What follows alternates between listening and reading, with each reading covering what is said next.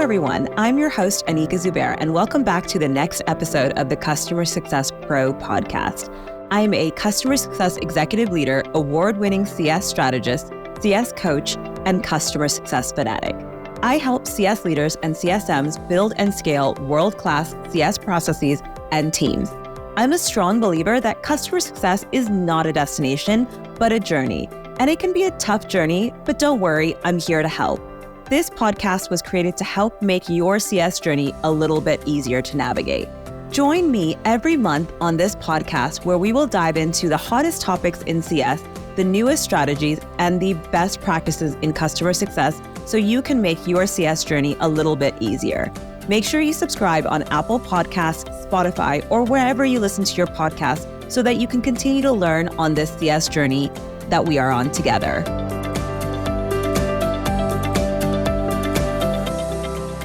Welcome back. Today, I am speaking with Kristi Faltorusso, who really needs no introduction as she is a household name in customer success. Kristi is a 4 times top 25 customer success influencer award winner, CCO at Client Success, and hosts her own podcast, She's So Sweet. She has built and defined her career in SaaS and in customer success and has risen to the top by her work ethic and sheer determination to make it into the C-suite. But Kristi's story is not just sunshine and rainbows. It took her decades of hard work, tons of mistakes, and tons of learning to make it into that executive position that she finds herself in today. She started from the bottom and now she's CCO, and I will chat to her today about her customer success career path into the C-suite. Welcome, Kristi, to the podcast. I really do not need to introduce you. I think all of my listeners probably already know who you are and what you get up to. But before we jump into today's podcast, before we actually get into this meaty topic, I would love to hear from your own words a little bit more about yourself, how you started at Client Success, and what your role is there. Great. Well, first, I am so excited for the launch of your podcast. It was nice to see your transition from the Plan Hat podcast, and I'm glad you're continuing it and creating your own platform. So congratulations to you for kicking this off. I'm super excited for your content. So for listeners, my name is Kristi Faltorusso. I'm currently the Chief Customer Officer at Client Success. And so what that practically means is that I oversee our post-initial sales team. So that is our customer success services and support organizations. I've been doing customer success for over 12 years now, and I've been leading, scaling, transforming customer success teams at various B2B hypergrowth companies. So lots of fun content for us to chat about today. Amazing. And you have that podcast yourself as well. Thank you so much for supporting this one. But you have a new podcast all around the C-suite that you just launched as well. Can you tell us a little bit more about that one?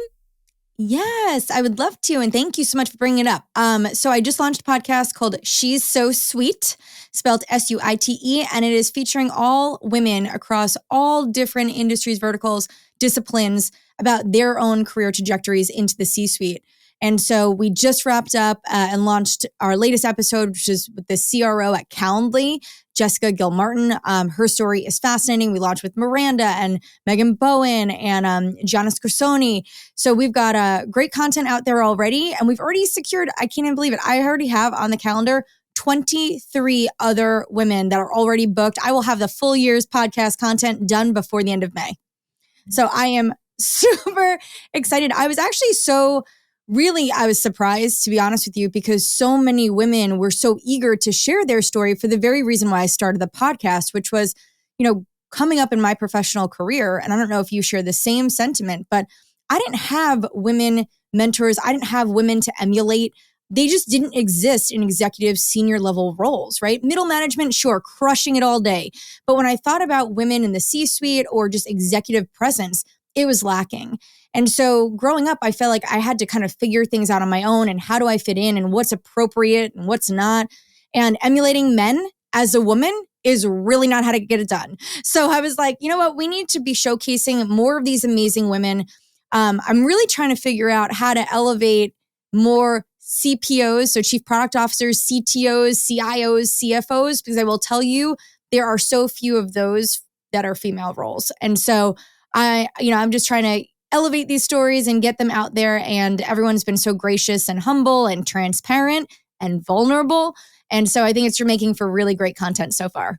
It totally has been. I've loved hearing more about your podcast. And it's why we're here chatting today as well, being the C-suite. And I loved your play on words on your podcast. It was so cute when I saw it launch. I was like, what a great play on words. It made me smile so much. But you are addressing something that I think a lot of our listeners, but a lot of the world is probably also facing, is there are not as many female leaders in those executive seats or in the C-suite. And it's really what we want to chat about today, is the trajectory from being an individual contributor in customer success into that elusive CCO or C-suite title.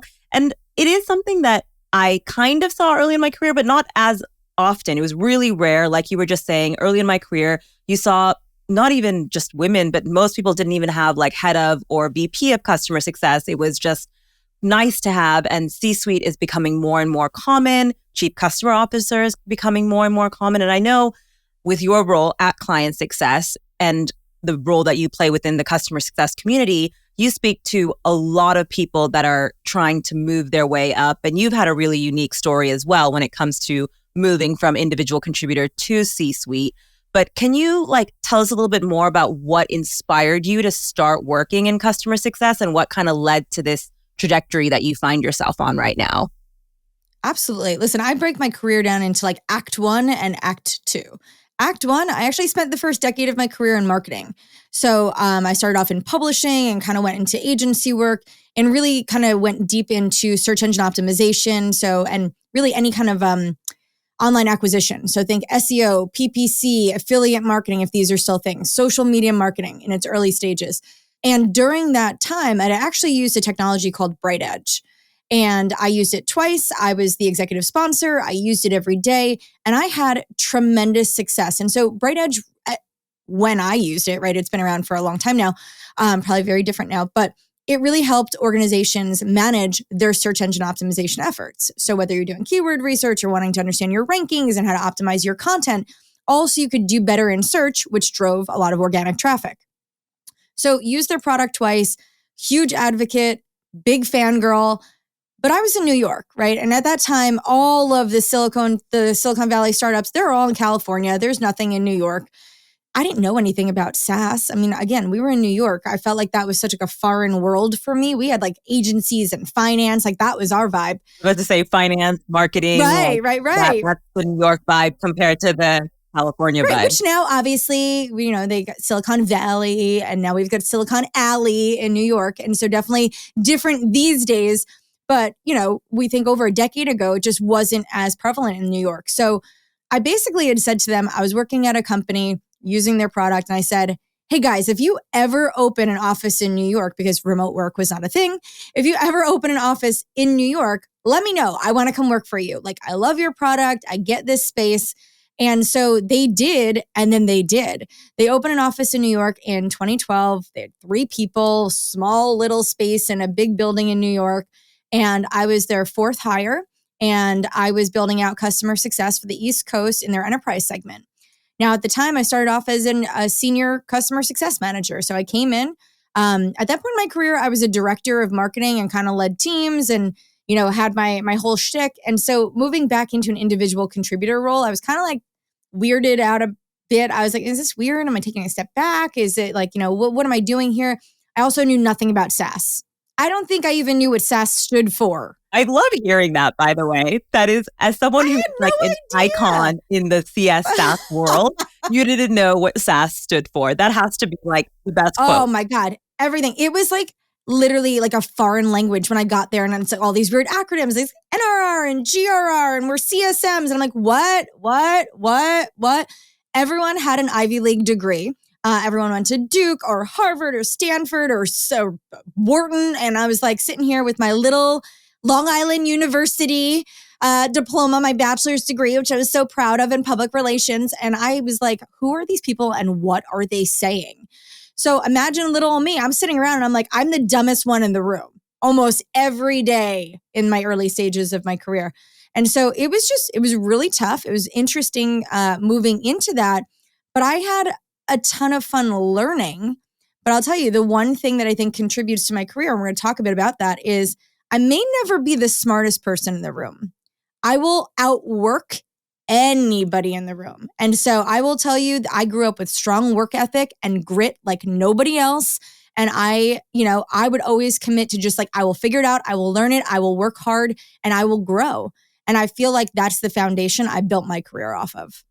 I love that. I also do think a lot of the qualities you just mentioned are exactly what you need to succeed in SaaS and CS. But I absolutely love, Kristi, your honesty, your exposure of exactly where you came from, and the fact that you openly admit that, hey, listen, I will work hard. I will get stuff done, and I will not have anyone questioning my ability to get something done. But you just inspire me so much, by the way. And I'm just so grateful that you continue to be so authentically you and share exactly where you started to where you are now, which is a great title to have. It's something I think everyone in the customer success field hopes to have if you are in some sort of leadership, but it's not always possible. And it's always something that is holding people back, and some companies just don't recognize it. But I guess now that you have this chief customer officer seat, let's call it, like, what is your next dream or what is your next career ambition when it comes to next steps in your career? You've gone through a lot, you've seen a lot, but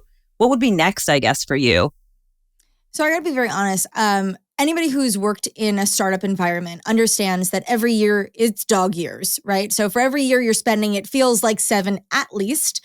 You wear a lot of hats, and let's just be honest, in early stage SaaS companies, or even actually, let's not even say early stage, in this environment where you've got these tech companies that are really have these ambitious goals and these huge, huge ambitions for the organizations, you're working around the clock. And I know that people want to talk about work-life balance, and I think that exists if you don't have the same ambitions, right? If you don't envision yourself being a C-level executive. But let's be honest, I don't know anybody who sits in a C-suite role who works 9 to 5. It's just not reality. I'm sorry. And like, I know we all want to pretend like, yes, work-life balance, we could do it all.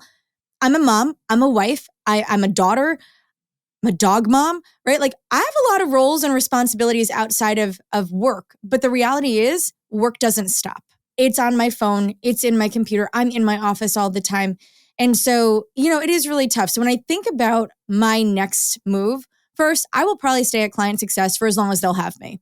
So as long as Dave continues I think Dave will have you, Kristi. I don't think that's a problem. As long as Dave wants to continue to tolerate my nonsense and my noise and my big personality, I will stay at Client Success. I have to say, like, listen, we may not be the biggest players in the space, but I work alongside of a leader who's got integrity and who I think is brilliant and a wonderful leader and a good human. And so for me, those are all things that are more important than being on that rocket ship. I learn something new every day. I get to do a ton of things that most people in my role don't get to do because of, maybe their roles are properly scoped and mine isn't. But I wear a lot of hats and I enjoy that. So I'll stay here for a while. I think when I think about what's next, though, I don't know that I've got another startup in me, to be very honest with you. I will probably hang my CCO hat at Client Success and retire it there. Going back to think about doing this another time, I'm in my mid-40s. I don't know that this is it for me.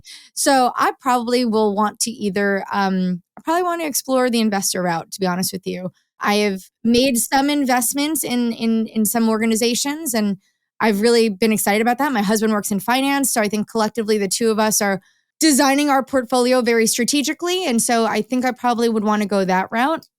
In what capacity, I don't know. Maybe it's advisor, maybe one day I become a partner. I'm not sure, but I think that is definitely the route I'd like to pursue. I love hearing that. And that's not the first time I've actually heard it. A lot of C-suite people, mostly COOs or CCOs, have said that to me, where they're like, oh, I love being an operator, but I don't know if I have it in me to do it again, but I'd love to advise, or I'd love to really step into a role where I'm able to look at things holistically from my experience and then advise based on what I know as well. So I've heard that tons before. And you are so right, Kristi. And it's being, again, transparently who you are every day, is that you got to work around the clock. Like, we were just talking before we hit record on how much work we are doing as individuals to launch our podcast and to do all the things that we do on top of working. And if you really do want to hit a certain career trajectory or make sure you have a certain title or role or responsibilities within an organization, ultimately you're going to have to put in the work. And yes, work-life balance is super important, and I'm not saying anything otherwise, but you did just nail it earlier when you said that it is so important to make sure that you are really bringing grit and energy and really executing on what you want in order to get the titles that you do want. But sometimes in CS, the CCO role isn't available and it's not exactly clear at an organization that, hey, I'm going to be a head of and then a VP of CS and then the CCO. But there's probably a lot of people listening today that still want that CCO title and want to grow their career, and they're working really hard. They're showing up every day. What would you say is your number one tip for people listening if they want that role and what they should be doing if it's not available at the organization that they find themselves at? So it's so interesting. I had this conversation. It's part of my questions that I ask in my podcast as well. And so the woman I just interviewed at Calendly, the CRO, Jessica Gilmartin, she actually, I think she is the one that nailed this, but we talked about not chasing titles and compensation and really focusing on organizational impact. And so it's interesting because that's what I did, and I didn't even do it consciously.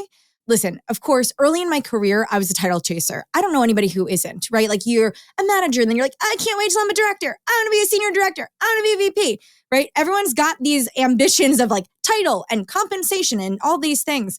And I got to tell you, before I joined client success, and I definitely took a pay cut to come into this role from where I was. This is a much smaller company, right? Different funds available. But I stopped, I think at some point in my career, I stopped chasing those two things. I stopped chasing title and I stopped chasing compensation. And I focused on where can I have the greatest impact doing work that I love. And when I shift my focus on those two things, it's why I came to client success. I said, you know what? I was in other companies and other industries that I was not passionate about. I'm sorry, I cannot like wake up every day and be like, yes, telematics, give me over road trucking. Yay. Like, I'm sorry. Like that wasn't doing it for me every day. I did it. I could do the work. I worked in BI. I worked in SaaS apps management. Sure. Could I do these things? Fine. Yes. I was never going to be great because I lacked passion. And so when I thought about my next role, I was like, listen, what am I most passionate about? I am most passionate about customer success. I want to talk about it all day. I want to talk to other professionals all day. I want to help other people be as successful as I've been, maybe even more successful. And so when I thought about what my next role was, I very specifically reached out to a couple companies, Dave Blake at Client Success being one of them. And I said, hey, Dave, I remember you were hiring for a VP of customer success. This is a couple months ago, but I didn't ever see you announce that you hired somebody. Where you're at? I'm interested. And literally, Dave was down to his last 3 candidates making a decision that Friday. I reached out on a Tuesday. He goes, can you talk tomorrow? We took a call that Wednesday. We met again on Thursday, met again on Friday. Monday, I had an offer. And, I was able to find my home here. And, I came in as a VP. I didn't enter Client Success as their chief customer officer. I was promoted after a year. But let me just tell you, I didn't think that a chief customer officer role was possible here because we are small. And was there a real need for it? I don't know, probably not. But I worked my tail off and I committed to things really outside of the scope of my role. I didn't come in here to just be the VP of customer success. I was driving marketing. I'm driving content. I'm driving product strategy. I am so immersed in the business and so committed personally and professionally to the success of this organization. And more importantly, my customers and my team that inevitably, not even within a year, Dave promoted me to chief customer officer. I didn't ask for this role. I didn't come in making demands that like, I have to have this. This is my ambition. Did I want it? Sure. Would I be lying if I said I didn't? Absolutely. Yes, we want these things, but I didn't seek it unorganically. I was like, I'm going to come in. I'm going to do the work. I'm going to make it so impossible for this man to not put me in this role. And making that my focus landed me this seat.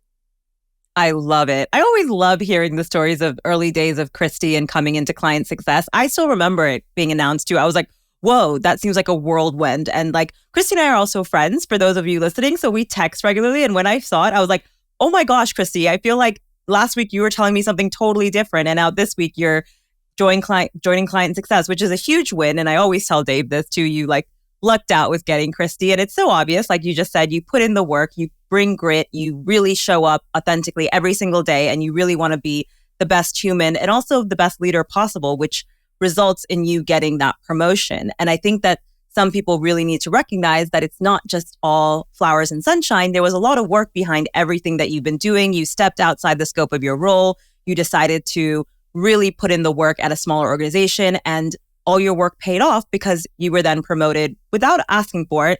And you were then given a title that I think you rightfully deserve. And you are so right. I just want to highlight that chasing the title and chasing the salary is not always going to result in getting the title that you want, because I also had a VP of CS title. My most recent title is head of customer success, but I'm much more excited to learn in my current role. And I'm much more excited every day to do my role than I have been before at previous organizations, which kind of leads me to the next thing I want to really dive into here is you've been at a whole bunch of organizations from marketing to CS, and you've seen a whole different org structure, and you've probably seen more times than not where customer success has not been prioritized and has not had a seat at the exec table. Like, how did you ensure that it was prioritized and that you were seen and that your voice was heard and that long before you even got the seat that you were working towards that seat? Yeah. Okay. So let's take client success out of the mix, right? Because of course, client success who sells customer success software to customer success professionals is going to prioritize customer success. Of course. Yeah. That's not a good example. Let's talk about other ones. So listen, at Bright Edge, we had a wonderful leader. So under the leadership of Joshua Crossman, who's now the CEO at a company called Magnify, which is working on building automation around customer success. Like think Magenta, what was it? Magenta? Marketo. So think about the way Marketo was for marketing. That's what they're building at Magnify for customer success. So Josh, I gotta talk about him for a second because he, former McKinsey guy, consulting background, really understood the value of the work that we did and how to orchestrate it appropriately. So I had early exposure to leaders who understood how to advocate for it in a way that drove the business forward, right? We didn't talk about it as like, oh, we make the customers happy. And like, it wasn't like this arbitrary thing. It was, we need this to drive the business. And he did such a great job articulating and advocating for customer success that I was able to emulate that. And I always talk about my early days at Bright Edge because I was there for 5.5 years. I went from an individual contributor to a VP of customer success and practice development. And in that time, I really do feel like I got my PhD under Josh because not only did I learn everything about customer success, everything about SaaS, I also understood how to show up for business conversations, how to advocate for the value that we bring, how to talk about it through numbers. And that's just not exposure I would have had otherwise. And so being able to replicate what I saw Josh do in other organizations allowed me to go and help prioritize it. But I will tell you, the big thing that I focused on was in my interview. So it is much harder to, listen, you can't change the hearts and minds of everybody. If you have a CEO who just doesn't get it and doesn't seem interested in getting it and is not bought in, you will have a tough time. I don't care who you are. I don't care how convincing you are. Like, it's going to be difficult, right? Until the board tells them that they have to go and prioritize it. Then all of a sudden everyone changes their tune.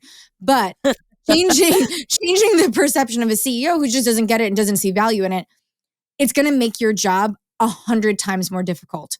So what I did is I really emphasized those questions in my interview process. And I wanted to understand, why are you making the investment? Why is this critical to your business? What role does customer success play? How does the CEO view customer success if I wasn't interviewing with the CEO, right? I asked the right questions to help me understand, is this something that will be valued, respected, and funded? Funded is important so that I could be successful. And if I didn't hear the right answers, guess what? Thank you so much for your time. I'm not interested in this opportunity because I didn't want to set myself up for failure. And I speak to leaders all the time who are stuck in these positions. And I'm always kind of like, oh, I wish you would have done your diligence early on because you wouldn't be in this pickle. But it is tough, right? Because you won't always land in an organization where you've done that due diligence and now you're sitting in a role and you're like wondering, what do I do? How do I do it? I mean, the best way to go and to get buy-in is to show it through data. And the best data point that everyone cares so much about is money. So if you can connect the value very specifically, what you do and how it contributes to the revenue growth of a business, you'll get buy-in. When you're talking about leading indicators that don't really connect to value, you're going to have a tough time. So if you are a leader that cannot speak in dollars, you're going to struggle. It doesn't matter, right? It doesn't matter how great of a program you design, how happy your team is, how happy your customers are. If it is not being shown through those metrics, those lagging indicators of revenue and growth or attention, you're never going to get the buy-in and support. It doesn't matter. It's going to be really tough. Definitely. And you nailed it right there when you talked about value. I think that is the name of the game in 2024. I think it always has been. And like you said, money talks. You really do have to connect everything back to the bottom line and how it's affecting the revenue within the business. And taking chances on any business or taking chances in a career is not something I've done. And I know that you just said it's not something you've done, but you really do have to do your due diligence and really understand, is this company worth the bet? If the CEO really believes in customer success, or is the C-suite really going to prioritize and change my career trajectory into what I want it to be? And that is completely up to you as an individual. And that's completely up to what you know and what you have to actually ask the right questions to find out if this career trajectory is going to be possible within the organization you're at, which sometimes it's not. And that's also okay. But I think it's just, again, being realistic with yourself that, hey, am I learning something new every day? And I think you just said it, where you basically got a PhD from your previous leader. And I say it every day, where I'm like, every day is my MBA, because I show up to work and I'm learning something new and I'm challenging myself and I'm connecting things back to revenue and value. And I think if you're not getting that right now in your current role and you're not making clear to your leaders that that's what you want, that might not be a really good bet. And maybe, honestly look at it and say, hey, CCO at this organization might not be possible because of the structure of the organization and because of what everyone is valuing here. It's not something that I'm going to be valued for. So are you really betting on the right thing at this moment, which can be a tough call to make. But I think that CS also has a non-conventional route as well. And you've had a very non-conventional route, Kristi. So I totally think that you don't have to be like, hey, I got my MBA and then now I'm a business leader and now I'm going to be a CCO. And I totally am for the underdogs that have figured it out every single day, because I think every day is your MBA. But with your non-conventional route, can you tell us, like, what are some key moments or milestones that you had in your career that led you to this point, knowing that you had that non-conventional route? I mean, obviously the first one was taking a chance, leaving marketing, where I actually thought one day I'd be a CMO or a chief digital officer. Like, that was really the path that I was building towards early in my career. So I think the first thing is making that big pivot and taking a role in a SaaS organization where I didn't really know anything about this space, right? I knew the product and I knew the discipline, and I figured, listen, I'm a subject matter expert. I can help anyone be successful with this tool. I know how to do it. I've done it myself. So I would say the first milestone or the kind of part that contributed to my trajectory was taking that role with Bright Edge. I would say the second thing was learning how to walk away from roles that were not serving me well. When I left Bright Edge, I went and joined a company called SciSense. They are in the BI space, kind of think about embedded analytics. Great player, solid product, wonderful brand recognition. And I took a role there leading out their enterprise business. So I mean, they were true enterprise, like think GE. Like, these are the businesses, huge, huge logos. And so I was running that organization. So I had a global team. I had a team in the States. I had a team over in Tel Aviv. And I took that bet because I was like, you know what? This is going to give me, I'm going to learn something different outside of my wheelhouse, right? Because I had known marketing. Like, can I learn a new discipline? Can I learn something new, more complex technology, working with different size companies in an organization that is a bit more mature, has a different trajectory? And I will tell you, after 9 months, I knew that was not the role for me. This organization was more mature, right? They didn't need somebody to come in and build out customer success. It was built. Gali, our leader, she did a great job. She was our chief customer officer. She built something that she should be really proud of. And so they didn't need me to build. They needed me to execute. And it was in that organization that I was like, oh, this is not what I enjoy. I'm a builder. I want to go and figure things out. I want to put my name on things. I want this to be Kristi failed 18 times until she got it right on the 19th. And look at how cool this is. Like, I want that experience. And so that organization was just too mature. So I took a bet on myself and I said, listen, optically, does it look great to walk away from an organization under a year? Maybe not. I don't care. This isn't about me building a resume. This is about me building a career. And so if this isn't serving me well, I had to take a chance and walk away. So I made the bet. I left. I went over to Better Cloud, where they were actually a transitioning team. They only had account management. They didn't do customer success. They had a couple people reported to the CRO. That was it. They hired me as their VP of customer success to build out customer success. And so that was a great experience because I got to transition a team. I hadn't done that before. I had built one. We had scaled it up right edge. I came into this organization, and how do you take an account management organization and flip it on its head, teach people, exit employees that don't have the right skill or will, hire new people into the business, get buy-in, educate the org. This was really transformative. And so at Better Cloud, I got to do really interesting work and different work than I had done in my career. Was reporting to a CRO. That was new for me. I think everyone should do that at least once in their career. Reporting to a revenue leader taught me a ton. And I will always be grateful for what I learned under that. And, I built out a great organization there. We built out a global team. I had people across multiple functions all over the country, all over the globe. And I got to be a part of building and scaling something. Now there, I also learned that who my leaders were important to me.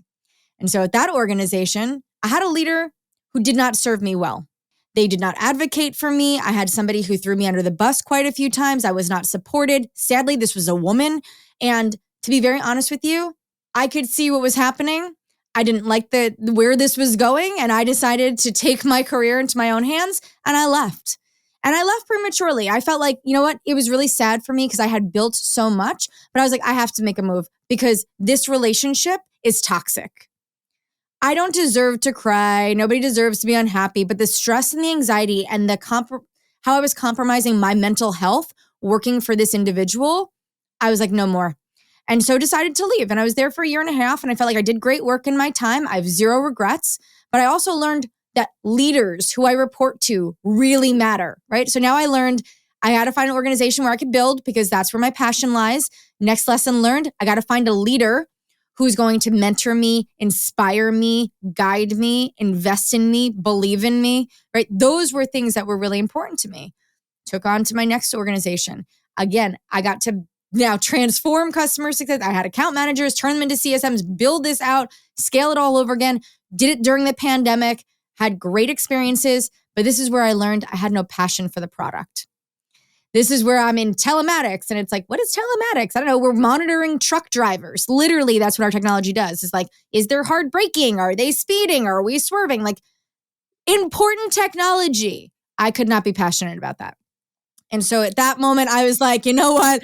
I got to chase. I was like, anything else I think I could be passionate about sucks. This just wasn't it. I learned my third lesson. And that was, I have to align my passion to the work that I do so I can show up every day excited. Because on hard days, you need passion. On good days, you need passion. On boring days, you need passion. And so for me, finding something that I could be excited about every single day, no matter what, never waver, I'm going to be happy and I'm going to be able to give my best every day. So I learned those 3 lessons, right? I learned what kind of work that I love to do. I learned the kind of leaders that I need to work for, alongside of, or under to be successful. And I learned that I have to chase things that I'm passionate about. That formula led me to client success. Couldn't be happier. I love it. I also love that you failed forward, for lack of better words. You learned. Every time. It's like I just stumble into my roles. Are you kidding me? It's happy accidents. No, but I love it. You literally took a shot. You saw a great logo or a great leader and you were learning, and there's nothing wrong with that. And I think a lot of people, especially now, I know there's a ton of people who are looking for their next role in customer success. And sometimes it can be very tempting, let me take this next role. But you were very intentional with what it is you needed in your next role. And you learned every single time. You didn't know right away. And that's totally okay. Like you said, you learned, hey, I needed to have a strong leader, or I need to be really passionate about what it is I'm doing. All of these were learnings that you failed forward in and that had eventually led you to the CCO title.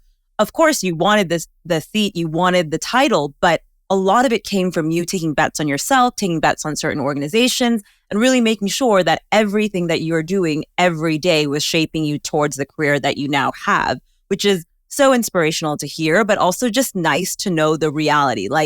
Not everyone's got it figured out. And I think that it's really good to hear that even when you're sitting in a C-suite title, they don't have it figured out either. They're figuring it out, and they've definitely learned throughout their lives, and that has resulted in them getting to where they are. And I just love your raw authenticity. I love it. I appreciate it. And I'm sure everyone listening appreciates it too.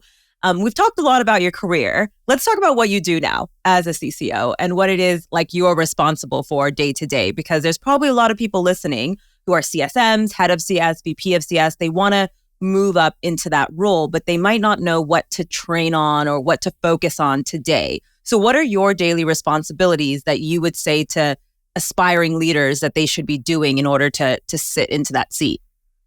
Okay, let's be very honest. The same way I say that there is no one size fits all customer success model, I always say there's not a one size fits all. There's not even a one size fits most. The roles are very different. Just because you have a title doesn't mean that you're going to do the same work in any organization, right? Think about Catherine Blackmore. She's a CCO over at Oracle, okay? Guess what? I can bet any amount of money that her and I do very different things every day. And I know this because I've been working with her EA. So I just tell you, like, our lives very different. Our titles are the same, but that's about it. All of this to be said, it depends on where you find yourself, right? If you're an early stage startup like I am at Client Success, right? We are a smaller organization. I wear many hats. I don't do just traditional CCO work. I'm leaning into marketing. I'm leaning into product development. I'm leaning into finance with Dave, business strategy, investments. I'm managing my team. I'm working with customers directly and consulting and guiding them. So what my day looks like, listen, there's things that I'm primarily responsible for. I'm responsible for retention. I'm responsible for advocacy, and I'm responsible for my dollars, right? Got to keep my customers. I got to grow the money, and I got to make sure that I'm managing my team and my customers effectively. Those are my three primary responsibilities. But every day looks different. Now, I'm the type of CCO, my preference, I want to be connected to customers all the time. And this goes back to like work in an industry where you're passionate and you want to drive value, because I can. Here at Client Success, I'm talking to my peers every day. I feel blessed and honored that I get to sit in a seat where I just get to talk to people like you. Anika, like I get to talk to my peers every single day about their strategy, what their struggles are. Sometimes it's therapy for them and we just vent to each other and it's validating that like, no, we're not crazy. We're doing the right stuff. No one believes us. I'm very fortunate to have that and be able to do that every day. I'd say 40% of my time I spend with customers, proactively, I might add, because there are leaders out there that are spending time with customers because they're being escalated. So for me, I make sure that my engagements with customers, to the best of my ability, are proactive motions. I reach out to customers all the time. It does not matter if you're my biggest customer or my smallest customer. I try to invest time in understanding your business, where your struggles are, what your strategies are, how we can provide value to you. So a lot of my time is spent managing our customers with my team. Then you've got employee management, right? I oversee success and services and support. Managing people is literally the hardest thing I do every single day. And I'm not that great at it. I'm not good at it. I need everyone in the world to know I'm like not an epic people leader. I am okay, but I know a million people out there that are way better at people leadership than I am. I happen to work in an industry where I am a subject matter expert. I get the product. I'm an empathetic leader, but there are things I struggle with. Like, quite frankly, like right now, I struggle with my balance. I want to give my team so much more of me, but I am stretched so thin. Only one person. Right. I am only one person and I've got like 100 things that I do. It's tough. So I want to show up differently for my team, but it's hard. So I've got this people leadership element of it where I need to be investing in them and helping them and coaching them and really making sure that they're doing their best work, that I'm playing to their strengths. I'm, developing their skills. All of things I'm basically doing very mediocrely right now. Then I've got, obviously our leadership team. I have a commitment to all of them. How am I supporting sales? How am I supporting product? How am I supporting Dave as our CEO? I've got to show up for all of them as well, because again, the work that I do is very impactful to each of them and their success. True customer success is, right? I think organizations that embrace the work that we do will understand the value that we have to all of our cross-functional peers. So I'm working a lot with them. And then obviously for me, a big thing is the data. I love the data. I spend a lot of time in it analyzing stuff, trying to find themes and patterns and things that I can call out so I can design strategies. I do not build things because I think they will work. I build things because the data tells me what to build. And so I like to be data-driven in that. We've done so many new initiatives this year, new programs that we're building and rolling out with our customers. And I do that because the data tells me. But more importantly, I validate it with my customers. I'm like, hey, here's what the data tells me. Is the data right? And I got checked with them because I never make assumptions because my customers always know best. And, they validate it for me and I go do these things. And I'd say lastly, the big thing that I spend a ton of time on in my role is content creation. Yeah, at client success, that makes sense. Right. Yeah. I'm our number one content creator. And so whether that is through webinars, whether it's through written content, guides, workbooks, articles, blogs, webinars, podcasts, all of that stuff is all content. And my customers love it. It's probably one of the biggest success everyone factors. Does, by the way. Like, I think the world of customer success loves your content, Kristi. But that's like the cool thing is I get to do something that drives value for my customers every day. Like I had we just wrapped up our CS Leadership Bootcamp series at Client Success, which we do 1 month every quarter. I lead it every Tuesday in that month and we cover different topics. They're amazing, by the way. I love them. Thank you. We've recorded 30 hours of boot camp crazy. I don't know where you find the time, Kristi, but it's amazing that you do. We don't sleep. So we just wrapped that up and it was so cool because I had a bunch of customers who attended the boot camp who were reaching out to their CSMs and like, hey, can Kristi send me the deck for this? I want that slide. I want to be able to use this in like my meeting with my executive leadership team. Or she had this idea. Can I have a call? Like I want to schedule a call with her to go talk through these things. I love that. I love seeing the direct correlation between the content I create and being able to see how it's impacting my customers. Now, obviously the cool thing is I get to have greater impact because I get to touch the community and not just my customers. But in my role specifically, the value it brings is helping my customers elevate themselves and up-level and upskill what they're doing in their organizations. And that to me, priceless. Like if I can make my customers intrinsically more successful and not just through our product, but through our partnership, I feel like I'm nailing it every day. Amazing. And I love hearing everything you just said, especially around being honest around where your time's going, but also the fact that you are still learning in your role. And then there's still so many things that you're having to tackle as a CCO. But the best thing that I just heard right now, which I think emulates an amazing chief customer officer, is that you are speaking to your customers all the time. Now, it's natural you work in the client success or CS space, but whether you're CCO at Oracle or CCO at Client Success, I think it's just so critical that you are speaking to your customers as often as possible and as proactively as possible. And so for any CSMs or CS leaders aspiring to being in the same position as Kristi, is that speaking to your customers and validating even all the data that you have and validating it with your customers and really understanding their business problems and what value they're hoping to get out of your product is, I think, the most important part of being any sort of customer success professional today. So I love that you shared that. So thanks for that. But listen, Kristi, I could keep chatting with you all day and we could keep going for hours. And I have one more question before we go into our quick fire questions. You mentioned earlier that like being a female leader is not the same of being a male leader. And I'm so curious in being a female leader and the career trajectory that you've had thus far, what's been kind of your biggest career learning or biggest thing that you've really been like, aha, I figured it out? Okay, I'm going to say something super controversial. Okay, I'm going to get a lot of hate. I'm going to say it. I think that there is this idea that culturally in organizations and especially in tech, that there is something holding women back and that there is prevalent sexism and that we do not have the same opportunities and we are not compensated the same as our counterparts. And I got to tell you, that has never been my experience. I have never had a moment in my career, and I'm a Hispanic woman too, so I like to also make it very clear, I am a minority woman, right? Don't let my last name fool you. That is my husband's last name. He is the full Italian one. And I have not had that experience. And so for me, I think something that's really important to acknowledge is that sometimes these ideas and these concepts can be a little self-fulfilling in the sense that if you dig for dirt, you're going to find mud. Okay. If I sat around every day analyzing everything that somebody said or did or whatever, I would be so distracted and I wouldn't be focusing on the reason why I'm here. Now, listen, I'm a Hispanic woman with a mediocre education sitting in the C-suite in a tech company. There was nothing holding me back, right? So for me, I just think the opportunities are there. Focus on yourself.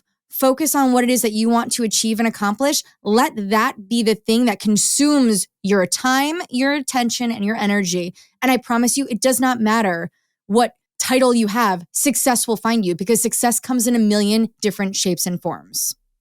Definitely. I love that. That was such a good truth bomb, by the way, and a great way to wrap up our main conversation and lead us into the Quickfire Round, which is a challenge I like to give all of my guests to try to answer the next 4 questions in a sentence or less. Are you ready, Kristi? Oh, what have I ever answered in a sentence or less? Ugh, I'm ready to fail. Let's go. You're gonna have to try. That's the whole point of this.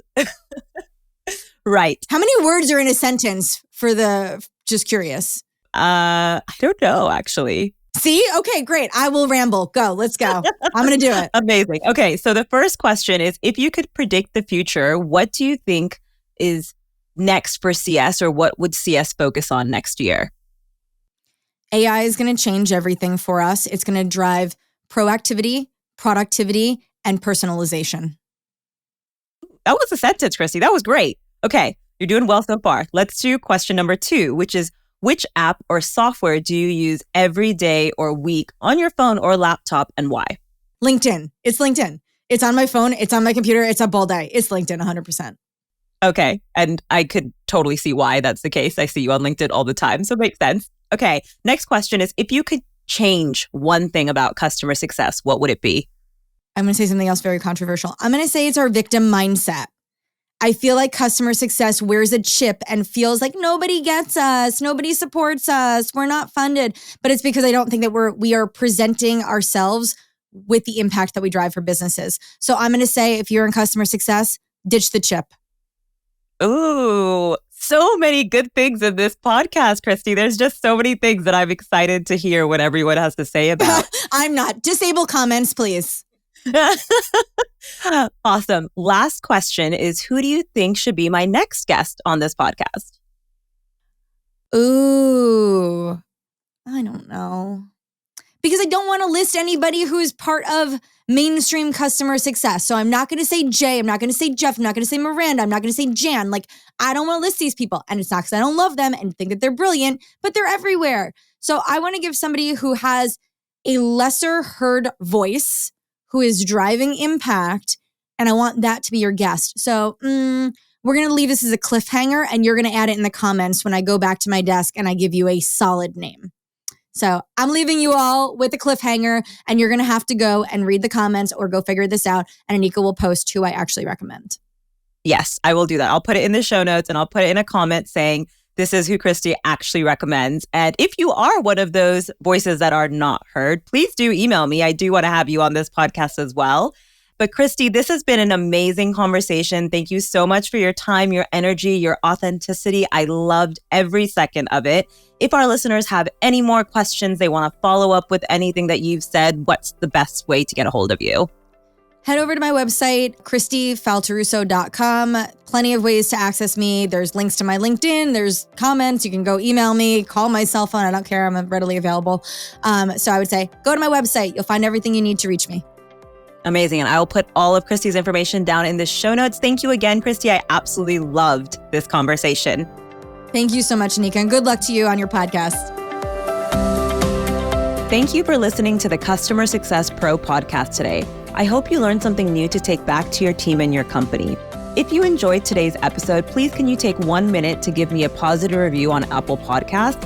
It takes a lot of time and energy to create an episode, and I want to continue to create more for you. But it would be great to know that you are enjoying these episodes. Also, do not forget to subscribe to this podcast on Apple Podcasts or Spotify or wherever you listen to your podcast, as I release a new podcast every month.